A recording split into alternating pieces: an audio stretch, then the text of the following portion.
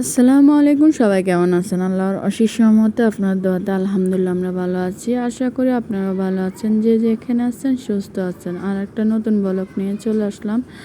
আর এখন হচ্ছে আমি সবজির বাজারে চলে আসছি।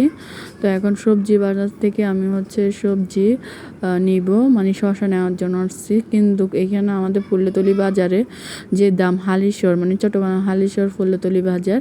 তো এখানে দেখেন, এটা হচ্ছে ফুলতলি বাজার আমাদের মানে চট্টগ্রাম হালিশহরের ফুলতলি বাজার। তো এই দেখেন প্রচুর ভিড়, মানে অনেক প্রচুর পরিমাণ হচ্ছে। এখান থেকে সবাই হচ্ছে আমাদের পুরা কেনাকাটা করে, মানে হালিশহরে যারা থাকে তারা আইবলক বাজার আর ফুলতলি বাজার, এই দুইটা হচ্ছে মানে মেন বাজার হালিশহর। আর কোথাও মানে তেমন বাজার নাই।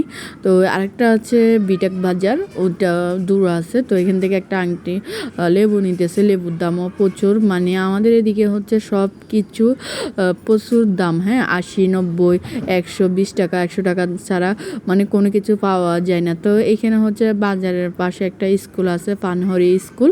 তো এই ফানহরি স্কুলটা একটু দেখাই দিলাম আপনাদেরকে। এরপর হচ্ছে মানে এখানে কিন্তু মানে এই জায়গাটা অনেক সুন্দর করছে।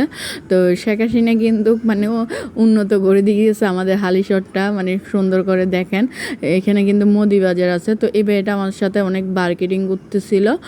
উনি মানে শশাগুলো ওনার থেকে 40 টাকা করে নিয়েছে, আমার থেকে 60 টাকা করে নিয়েছে, বলে যে আপনার দর। তো আমি বলছি ঠিক আছে, আপনাকে একটু ভিডিও করে নিই, কারণ আপনি আমার থেকে এত বেশি নিচ্ছেন কেন। সুযোগও পাইলে মানে যেটা করে আর কি, মহিলা মানুষ দেখে হচ্ছে যেটা পারতেছে ওরা ওটা করতেছে আর কি, মানে কিছু করার নাই। তবুও মানে আমরা তো কিনে খাইতে হবে। তো আমি জিজ্ঞেস করলাম যে আরেকটা ভাইয়া বলতেছে, আমি বলছি ভাইয়া কত টাকা, উনিও বলতেছে না। মানে আমাদের মহিলা মানুষ দেখে মানে ওনারা যে অবস্থা করে বাজারে যাইলে, তো একটা মহিলা মানুষ দেখে মানে আমি বলছি না ভাই, মিথ্যা কথা বলতেছেন কেন। আপনি ওনার থেকে 40 টাকা করে দর দিছেন, হ্যাঁ আমাকে 40 টাকা করে দর দিলে কি হয়েছে, এটা আমি বারবার ওনাকে বলতেছি। তো উনি আমার থেকে একদম লাস্ট একদম 50 টাকা রাখছে, ঠিক আছে। ওনার এগুলো কিন্তু, তো আমি বলতেছি আপনার এগুলা মনে হয় ফ্রেশ না, ঠিক আছে। তারপর আমিও ফ্রেশ শসা এরকম পাইতেছিলাম না।